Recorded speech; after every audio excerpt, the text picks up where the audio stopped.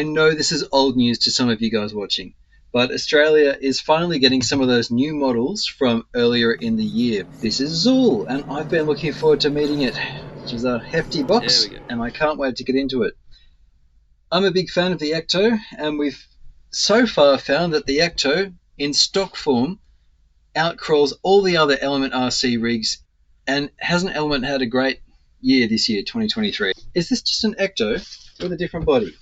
And I don't think I'd even be mad if it was, because the Ecto is a fabulous truck. Look at all the bits and pieces we've got. Now, I'm never unhappy to see an extra battery tray. This will be the wide one because the Ecto came with the narrow. This is a premium kit, so of course you get the 11.83% overdrive, so that's nice. Oh wow, Santa, you shouldn't have. Another XP130, just what I wanted. I've got so many of these. Good basic 2-plug and basic manual. Now I'm filming in my little live stream setup. I can't really unbox things very well. Oh no, it's gone everywhere. No cable ties, only 2 pieces of cardboard to secure it. Great job, Element. I never like seeing wasted plastic unnecessarily here. The only arguably wasteful single-use plastic is the stuff that's protecting the body while it's new in the box. Don't even have a plastic cover, just these little sheets here. I'm all for that. Well done, Element. Oh, these are interesting little mirrors. They don't... That's a clever way of getting mirrors that face rearward without sticking right out. They wouldn't be particularly useful on the road, I suspect, but that's not bad, is it? Now, there's no interior, which is completely standard for these guys. It's this. These are different tires. General Grabber ATX. It was going to happen sooner or later, wasn't it?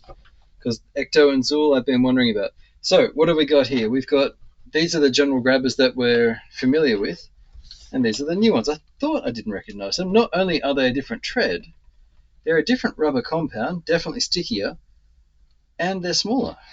How interesting. What are these? 4.19s. We've got a new Class 1 tyre. Hey, we've got a new Class 1 tyre. That is super interesting, because for any of you guys who comp, oh boy, oh boy, oh boy, this is the biggest possible size you're allowed to have in SORCA and WRCCA for Scale 1. 4.19. Wow. That's added value on plastic beadlocks out of the box. That's already worth quite a bit. That's like, you'd go out of your way to purchase that if they're good. So the General Grabbers we're used to on the Ecto, we're going to come back to him in a minute because I want to compare them. Now, the sticker sheets are always very complete, and I remain excited for Matt of Scale Builders Guild. G'day, Matt, on the off chance you happen to catch this one. I've been following Matt on Scale Builders Guild for years, and it's just delightful to see. I mean, among others, I love seeing people do well with what they're into, but it always just gives me a little giggle to see his sticker on these sheets from, you know, working with Element. It's just fabulous. I'm a big fan. Right, here it is. Now we've got the trailing arms, the same steel universals in the front. They're a shallow spiral cut in the gears in the diffs. It's the same reedy running gear, as far as I can tell. Chassis mounted servo. They've got a blocking plate for the front winch, but there is also a faux winch and a real fair lead on the front. It's a very simple body, but if you want to run it straight away and not worry about stickers, it already has the basic stuff on there. So any other stickers you apply will be additional decoration. So you're actually good to go out of the box. This weighs very little, just like the Ecto. Ah, okay, so they've moved the Reedy SC480X to the front.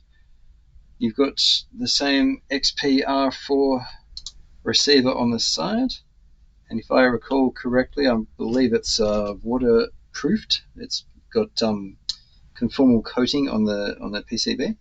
So you have a fully waterproofed thing ready to go out of the box. And the same 5-slot, 550, 14-turn Reedy motor that you find on all these models. Now this is Zuul. Let us just compare this to Ecto. The bodies are the same underneath as far as sparsity goes. They really weigh very little. Similar amount of plastic externally too. Little tiny mirrors on the Ecto. I actually like how Zuul's done this. And it's up to you which one you like better. It's nice to have a splash of plastic on the front with these light buckets, 2 sets of light buckets, and you can populate them with LEDs, which the Ecto didn't have. Nothing on the rear but stickers. Faux winch, fair lead, ESC up top, steering up top, same layout, even the same mounting holes for the rear and the front shocks. I like the body on Zuul better than on Ecto. I like the small Class 1 tyres too, and that rubber feels really, really nice. Everything else appears to be the same.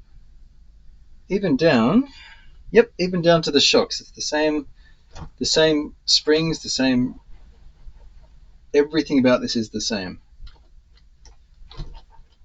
Sway bars are functional on both of these. Anything else you want to know? We've covered the Ecto in depth. Really what we want to know from this set then is, how different are these tyres? How different are they? And if they're good, do I consider running them on a Class 1 or a Scale 1 class? Because they certainly have a beautiful and interesting tread. I mean, look, all the little, these are they're 5-piece lugs. 5-piece lugs. I mean, people modify tyres to get this kind of thing. There'll be single stage foams, beadlocks with hubcaps that are removable. I certainly can't complain about what's included. It's very nice. But it is the same old as far as the rest of it goes. But you could say it's the same old goodness, because Ecto is a fabulous car indeed. Right, really what this becomes is a tyre test just for the new General Grabber ATXs. I can't wait to see how they perform, and then we can compare that to Ecto, I suppose, and then we'll see what we think. Should you buy a Zuul? Yes, if you like a performance-oriented car. These two cars represent, I can't speak for the tyres, but these two cars represent the best performing of the entire Enduro range, according to my testing. This is the pinnacle. Even in stock form, it's the pinnacle. My favourite car in the Enduro range is probably the Bushido, which I have just up here next to me on the shelf. But I can't argue with the looks and what I know to be solid performance. You could swap these tyres across easily. I mean, look, we can probably even mount Zuul onto the Ecto. There we go. So that's what Zuul looks like with the bigger tyres. And conversely, that's what Ecto looks like with the little tyres. What do you think? You be the judge. Do you think Zuul's a worthy purchase? Would you buy the Ecto instead? I don't know.